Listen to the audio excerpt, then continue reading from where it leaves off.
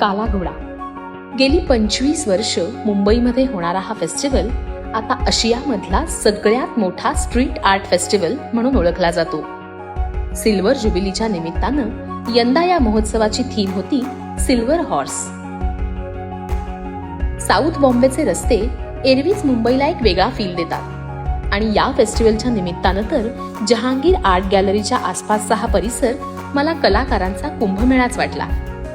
भारतातल्या वेगवेगळ्या राज्यांमधून आलेले आपापली कला रिप्रेझेंट करणारे आर्ट एंटरप्रेनर्स, आर्ट प्लाझामध्ये लाईव्ह स्केचिंग, लाईव्ह पोर्ट्रेट्स करणारे कलाकार आणि या सगळ्या फेस्टिवलला एका वेगळ्याच उंचीवर नेणारे स्ट्रीट इन्स्टॉलेशन्स.